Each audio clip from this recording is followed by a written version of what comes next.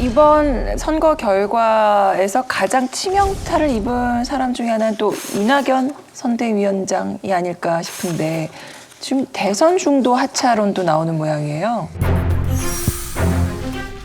사치 재보선으로 표현한 민심을 겸허하게 수용한다. 자가격리 중인 이낙연 민주당 선대위원장이 SNS에 올린 글입니다. 국민의 삶의 고통을 충분히 살피지 못했다며 성찰의 시간을 갖겠다고 자성했습니다. 당 안팎에선 지난달 초까지 당대표를 지낸 데다 이번 선거를 총지휘했다는 점에서 이번 선거 패배로 큰 타격을 입었다는 분석이 나옵니다. 민주당은 이재명 경기지사와 이낙연 전 대표의 양강 구도가 이번 재보선을 거치면서 흔들리기 시작했습니다. 특히 당대표와 상임선대위원장으로 선거를 지휘했던 이 전 대표가 책임론을 피할 수 없는 만큼 이 지사의 여권 내 독주가 예상됩니다.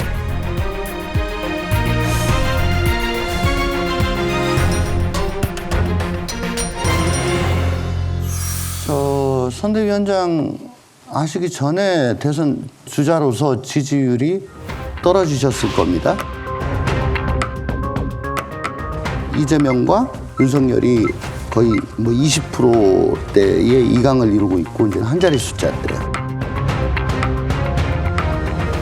진 교수님도 말씀을 하셨지만은 가장 좋았던 거는 후보를 내지 않고 시민사회단체에서 괜찮은 사람 발굴해서 이 사람 괜찮은 사람입니다 라고 지지선언? 예, 지지선언 하는 정도 그렇게 하는 게 참 좋았을 건데 이제 당헌을 바꿔가면서 이제 했어요.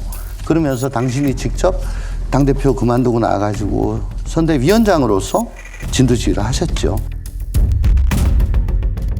사실은 꼭 이게 이낙연 위원장, 이낙연 전 대표에게 해당되는 문제는 아닙니다만은 최근 몇 년 동안 당 지도부 전체가 친문 세력들, 친문 당원들에 대해서만 귀를 기울이고 거기에 대해서만 신경을 썼던 게 사실입니다.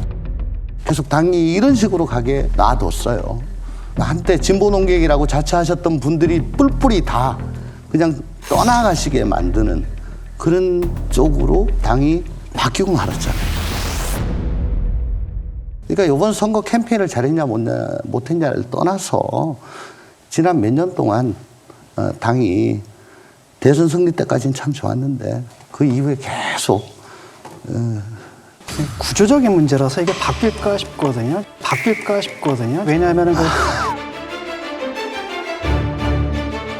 이 친문 주류 세력들하고 이 강성 지지자 등들이 연결을 해서 사실 당내 헤게모니를 잡아왔거든요. 그것이 자기들이 당내 헤게모니 유지하는 비결이기도 하고 바깥으로는 중도층이 어차피 적극적으로 못 갈 거다 그래서 강성 지지층만을 가지고 해왔던 민주당 그 자체예요, 사실 그게. 그렇기 때문에 여기서 반성이 일어날지 잘 모르겠는데 일단 이낙연 대표는 저는 아웃이라고 보거든요. 왜냐, 그 판단, 보선에 후보를 내는 거, 그 판단 자체가 정치적으로 올바르지 못하고 결국 드러난 것처럼 지금 전략적 또는 전술적으로도 현명하지 못했던 거잖아요.